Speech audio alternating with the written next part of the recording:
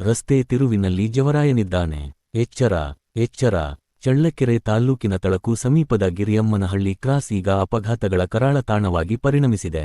ನೋಡಲು ಸುಂದರವಾಗಿರುವ ರಾಷ್ಟ್ರೀಯ ಹೆದ್ದಾರಿ ಅವೈಜ್ಞಾನಿಕ ಕಾಮಗಾರಿಯಿಂದ ಇಂದು ಅಮಾಯಕ ಜೀವಗಳನ್ನು ಬಲಿ ಪಡೆಯುತ್ತಿದೆ ಎಂಬ ಆರೋಪ ಕೇಳಿಬಂದಿದೆ.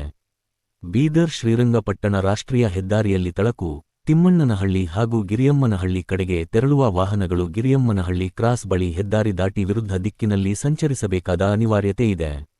ಇದೇ ಕಾರಣಕ್ಕೆ ಬಳ್ಳಾರಿ ಕಡೆಯಿಂದ ಅತಿ ವೇಗದಲ್ಲಿ ಬರುವ ಲಾರಿ, ಬಸ್ ಹಾಗೂ ಕಾರುಗಳು ಡಿಕ್ಕಿ ಹೊಡೆಯುತ್ತಿದ್ದು, ಭೀಕರ ಅಪಘಾತಗಳು ನಿರಂತರವಾಗಿ ನಡೆಯುತ್ತಿವೆ.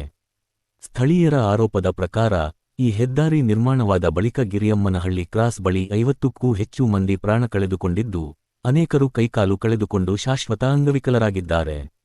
ಇಷ್ಟೊಂದು ಅಮಾಯಕ ಜೀವಗಳು ಬಲಿಯಾದರೂ ರಾಷ್ಟ್ರೀಯ ಹೆದ್ದಾರಿ ಪ್ರಾಧಿಕಾರ ಇಲ್ಲಿ ಮೇಲ್ಸೇತುವೆ ಅಥವಾ ಸುರಕ್ಷಿತ ಕ್ರಾಸ್ ವ್ಯವಸ್ಥೆ ಕಲ್ಪಿಸಲು ಮುಂದಾಗಿಲ್ಲ ಎಂಬ ಆಕ್ರೋಶ ವ್ಯಕ್ತವಾಗಿದೆ.